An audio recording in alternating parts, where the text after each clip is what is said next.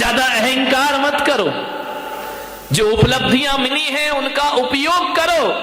भगवान महावीर ने कहा है, लेकिन उन उपलब्धियों पे अकड़ के मत जियो, क्योंकि जो आज है वो कल रहे इसकी कोई गारंटी नहीं हुआ करती है। ध्यान रखना, आज तुम्हारे पास सब कुछ है, कल तुम्हारे पास कुछ ना होगा।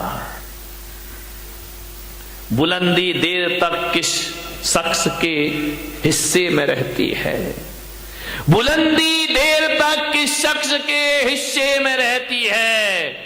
बहुत ऊंची इमारत सदा खतरे में रहती है, बहुत ऊंची इमारत सदा खतरे में।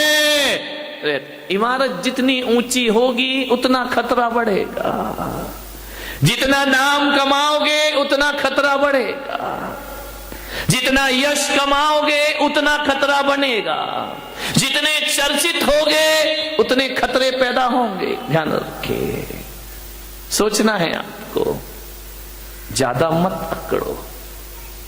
अकड़ने वाले बहुत जल्दी नीचे आते हैं। ध्यान चल रहा है ना, अभी कितने सारे राम जा रहे हैं लाइन से जेल में, धनाधन लाइन लग रही। ये कौन है? अकड़ के जीने वाले लोग हैं। थोड़ी सी उपलब्धियों पे अकड़ गए, अपने आप को ना जाने क्या समझने लगे। क्या है तुम्हारे पास? बताइए, किस बात पे अकड़ते हो, किस पे छाती चौड़ी करते हो? क्या कमाया तुमने? कुछ नहीं कमाया है। ध्यान रखना, जब ज्यादा अकड़ पैदा होना तो टाटा बिरला और रिलायंस को देख लेना, उनके आगे अपनी कोई भी औकात नहीं हुआ कर। चक्रवर्ती को देख लेना, चक्रवर्ती का वैभव, चक्रवर्ती की संपदा, आप कुछ भी नहीं है उनके आगे। ध्यान रखना, चंद रुपए मिट्टी के ठीकरे क्या बटोर लिए, आदमी अकड़ के चलने लगा। एक कार क्या खरीद ली महंगी सी, ऐसे चलते हो कि रामनाथ कोविंद के बाप तुम ही पैदा हो गए इस धरती पर। ध्यान रखिए, मान्यवर, सोचना है आपको, विचार करना है। क्या है तुम्हारे पास? चक्रवर्ती के पास कितना राज्य था, कितना राजा होता? चक्रवर्ती की संपदा कितनी होती है? 6 खंड का राजा, 5 मिलेक्स खंड और 1 आर्य खंड का अधिपति होता है चक्रवर्ती। 6 खंड, 6 खंड का सम्राट चक्रवर्ती होता है। तुम कितने खंड के राजा हो? बोलो कितने खंड के? खंड खंड हुए जा रहे हो। ध्यान रखना, तुम्हारा तो 6 खंड का मकान भी नहीं है मेरे भाई, वो तो 6 खंड का राजा होता है। वही ले दे के 2 खंड का मकान होगा, और वो भी बरसात में टप टप टप टप करता, उसमें अकड़ रहे भाई। चक्रवर्ती की 96,000। कितनी कितनी? कौन बोला काश हम बन जाते चक्रवर्ती? ये बच्चों को शांत करो जरा, शोर मचा रहे। देखो जरा किसके हैं, भगवान जाने, ऐसे छोड़ देते हैं जैसे कोई किराए के बच्चे हो।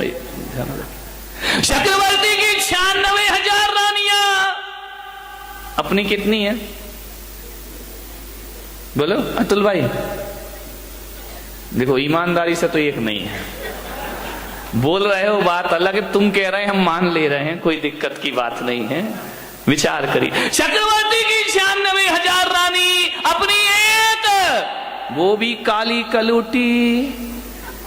ध्यान रखना, एक पे ही अकड़े जा रहे हो। चक्रवर्ती के अश्वशाला में, गजशाला में 84 लाख हाथी। कितने हाथी? कितने हाथी? 84 लाख हाथी। बारामती के चक्रवर्ती हो, कितने हाथी तुम्हारे यहां? बोलो, शांति सेठ नहीं आए क्या? कितने हाथी? जवाहर सेठ गायब है, राजा सेठ। कितने हाथी अपने यहां घर में? एक भी हाथी नहीं। चलो यार, हाथी तो बहुत बड़ी बात है। चक्रवर्ती की अश्वशाला में 18 करोड़ घोड़े। कितने घोड़े? अपने यहां कितने? एक आध घोड़ा। 18 करोड़ घोड़े, 84 लाख हाथी। ध्यान रखना, और 18 करोड़ घोड़े। चलो घोड़ा भी बहुत बड़ी बात हो गई मेरे भाई। बारामती वालों जरा इतना बताओ, तुम्हारे घर में एक आध गधा तो होगा? गधा भी नहीं है। ना तुम्हारे घर में हाथी है, ना तुम्हारे घर में घोड़ा है, ना तुम्हारे घर में गधा, एक आध गधा। इधर मत देखो, महिलाएं इतनी होशियार है, गधे का नाम आती बोले इधर देख लो। विचार करिए, 84 लाख हाथी, 18 करोड़ घोड़े, तुम्हारे घर में एक गधा भी नहीं है मेरे भाई। गधा रखने की हैसियत नहीं है तुम्हारी, और अकड़ इतनी है कि शायद चक्रवर्ती के बाप से भी ज्यादा अपने आप को समझ। क्या औकात है चक्रवर्ती के? चपरासी की भी हैसियत अपनी। मालूम है चक्रवर्ती भरत के घर में 365 रसोई है। खाना बनाने वाले कितने थे? 365। तुम्हारे घर में काम वाली कितनी है? एक है, वो भी इसकी 2 महीने से तनख्वाह नहीं दी, वो भागने के चक्कर में। ध्यान रखिए, विचार करिए, 365 रसोई है। वो कहते हैं कि चक्रवर्ती अपनी जिंदगी में एक बार जिस थाली में भोजन कर ले, दोबारा वो थाली उसकी टेबल पर नहीं आती है। ध्यान रखना, सोने चांदी के बर्तनों में भोजन करने वाला चक्रवर्ती मान्यवर कुछ नहीं है अपने पास। अकड़ अकड़ के मत घूमो। क्या हैसियत है हमारी, क्या औकात है हमारी? जब अहंकार आए, मान कसाए आए, तो चक्रवर्ती को याद करना, सारा मान मिट्टी में मिल जाएगा मेरे भाई, और मार्दव धर्म तुम्हारे जीवन में प्रारंभ हो जाएगा। आज उत्तम मार्दव धर्म है, होना चाहिए, बहुत होगा तुम्हारे पास, मैं विरोध नहीं करूंगा, लेकिन जो भी है उस पे अकड़िए मत। झुक कर मिलिए, हाथ जोड़कर मिलिए, व्यवहार अच्छा रखिए, विनम्रता से मिलिए। एक बात याद रखना, तुम महंगी कार में बैठकर जैन भवन तो आ सकते हो, महावीर भवन, लेकिन एक बात याद रखना, अहंकार की कार में बैठकर मोक्ष की यात्रा नहीं हुआ करती है। मोक्ष की यात्रा यदि करना है तो अहंकार की कार से उतरना पड़ेगा।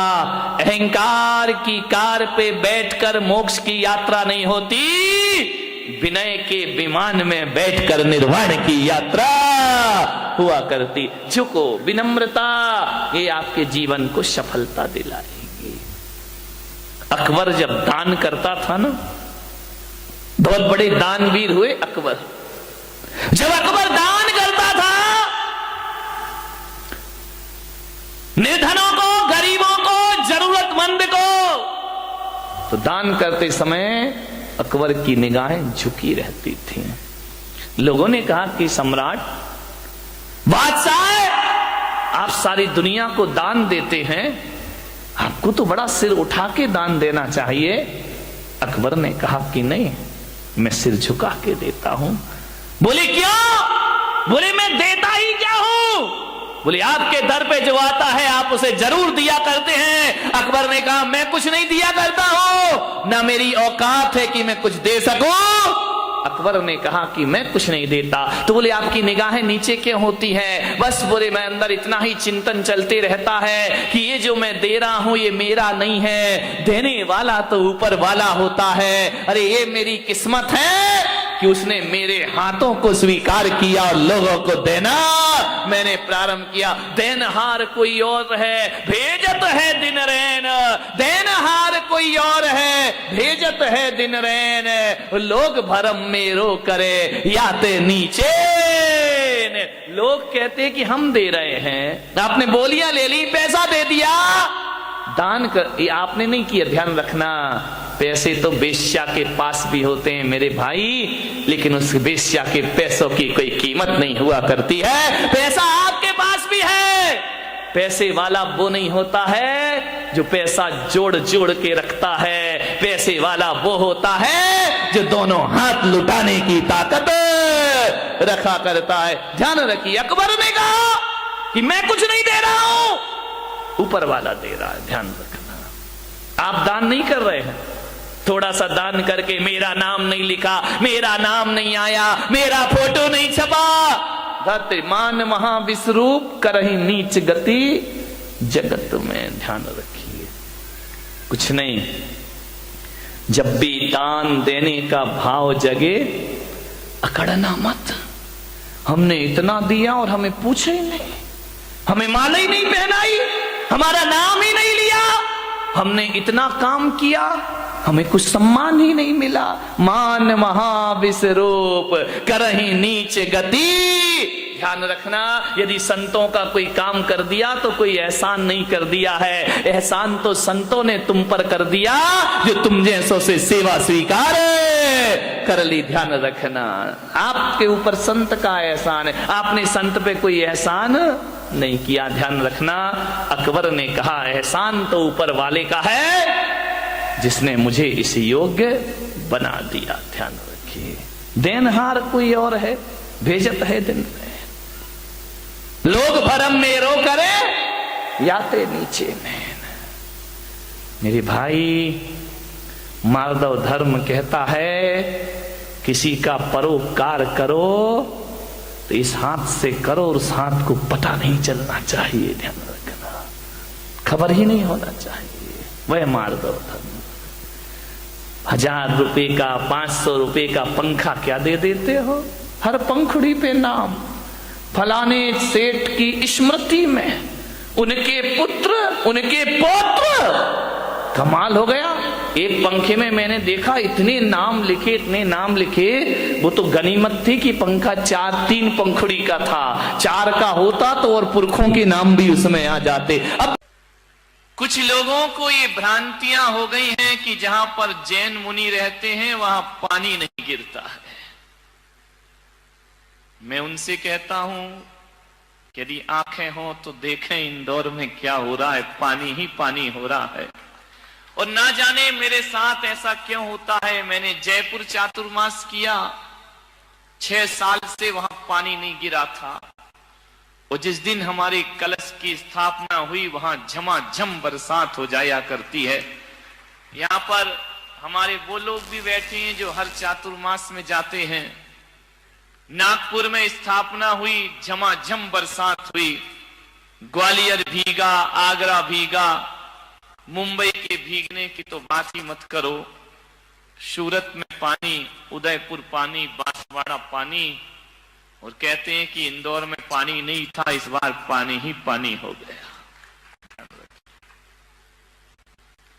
लोग भ्रांतियां पाल लेते हैं।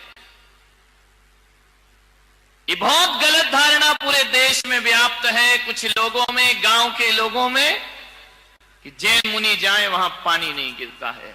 आज तो इतना गिर रहा है भाई कि लोग प्रवचन में नहीं आ पा रहे हैं। ध्यान रखिए, मैंने कहा था ना इंदौर वालों, दशहरा मैदान में जो प्रवचन होंगे, ऊपर से ऊपर वाला बरसेगा और नीचे से मैं बरसूंगा। आप ऊपर से भी भीगेंगे और अंदर से भी भीग जाएंगे। ध्यान रखिए, हरियाली ही हरियाली है।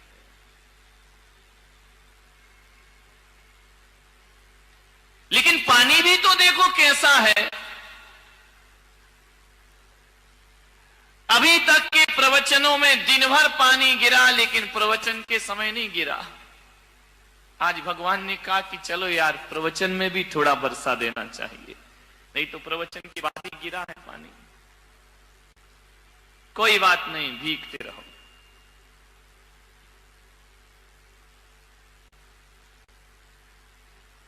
आज थोड़ी सी तुम्हारे परिवारों की बात कर लेता हूं।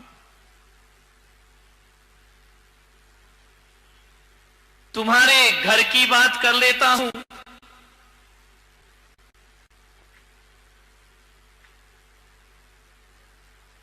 परिवार को चलाना है, परिवार को जीना है, परिवार को मजबूत बनाना है। प्रत्येक सदस्य का यह कर्तव्य होता है कि वह यह संकल्प कर ले कि किसी भी परिस्थिति आ जाए हम अपने परिवार को कभी टूटने नहीं देंगे। ध्यान रखना, पहले के लोग ये सोचा करते थे कि हमारा परिवार कैसे एकजुट रहे, कैसे बंधा रहे, और आज के सोचते हैं ये परिवार कैसे टूट जाए। ध्यान रखना, एक रखो परिवार। परिवार को जोड़ने के लिए 3 बातें आप याद रखिए। ये 3 बातें नहीं, ये 3 रत्न हैं। ये 3 बातें नहीं हैं, ये तीनों लोक की संपदा है। इन्हें केवल 3 बातें समझ के मत छोड़ देना, ये तुम्हारी 3 पीढ़ियों को सुधार देंगे। ध्यान रखना, 3 बातें आपको याद रखना है, और उन 3 बातों से तुम्हारा परिवार चलता है, तुम्हारा घर चलता है, तुम्हारा व्यवहार चलता है, तुम्हारा जीवन चलता है। मात्र 3 बातें याद रखो। 3 का बड़ा महत्व है मेरे भाई। यदि स्टेशन पर तीसरी घंटी बज जाए तो ट्रेन आ जाती है।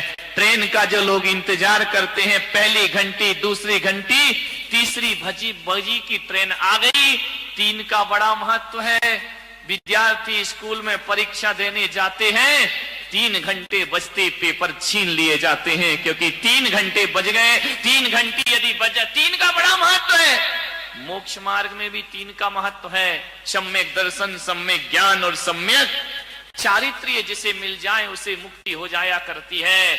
और तुम्हारे रसोई घर में जाके देखो तो प्रेशर कुकर की 3 सीटी बज जाए तो भोजन पक जाया करता है, फिर और 4थी सीटी का इंतजार नहीं हुआ करता है। और जिंदगी को देखो तो बचपन, जवानी और बुढ़ापा, यहां भी 3 है, और 3 ही रोग लगे हैं। महावीर कहते हैं तुम्हारी जीवन में जन्म, जरा और मृत्यु। पूजा में पहले यही सोच के तो जल चढ़ाते हो ना कि जन्म का नाश हो जाए, जरा का नाश हो जाए और मृत्यु का ना। और जिस दुनिया में तुम रहते हो उसमें भी 3 लोक हैं, ऊर्ध्वलोक, मध्यलोक और पाताल लोक। एक पाताल लोक है, एक नरक लोक है, मनुष्य लोक है और स्वर्ग लोक। ये 3 ध्यान रखना, 3 हर जगह महत्वपूर्ण होते हैं। वैदिक परंपरा कहती है ब्रह्मा, विष्णु, महेश 3, और जैन परंपरा कहती है कि जासो पूजो परम पद देव शास्त्र गुरु 3 का ही महत्व। जहां जाओ वहां 3 है। और ये मत सोचना कि 3 तिगाड़ा काम बिगाड़ा। 3 से काम बन भी जाता है और 3 से काम बिगड़ भी जाया करता है। 3 का बड़ा महत्व होता है। 3 से ही हमारी दुनिया चलती है। 3 से, और कहते ना 1 बार माफ करो ठीक है, 2 बार माफ करो ठीक, तीसरी बार कोई माफ नहीं करता। ध्यान रखना, सोचना है आपको। 3 का बड़ा महत्व है। और जिस घर में 3 बहुएं हो, समझ गए ना, ये नहीं तो वो नहीं तो वो नहीं तो एक वाली कहां जाएगी बेचारी, कोई ठिकाने ही नहीं है।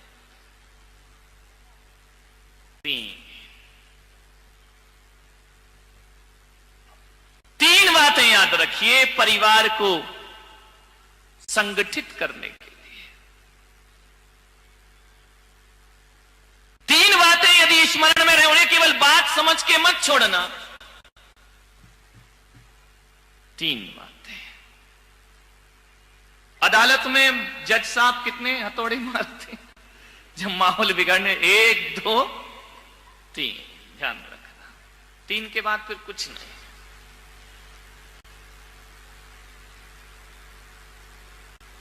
समझ लो तो ये 3 बातें जीवन का बहुत बड़ा सूत्र है। ना समझ पाओ तो कोई बात भी नहीं है। 3 नदियां बड़ी प्रसिद्ध हैं, गंगा, जमुना, सरस्वती। संगम हो जाता जहां तीनों मिल जाए, प्रयागराज बन जाता है, तीर्थ स्थान बन जाया करता है। इसलिए 3 ही दे रहा हूं उसे, चाहे गंगा समझो, चाहे जमुना समझो, तुम्हारी मर्जी है। सरस्वती समझो, तुम्हारी मर्जी है। अरे सम्यक दर्शन समझो तो तुम्हारी मर्जी है। सम्यक ज्ञान, सम्यक चारित्र समझो तो तुम्हारी मर्जी है। और जीवन में 3 का ही महत्व होता है। एक मां का महत्व होता है, एक महात्मा का महत्व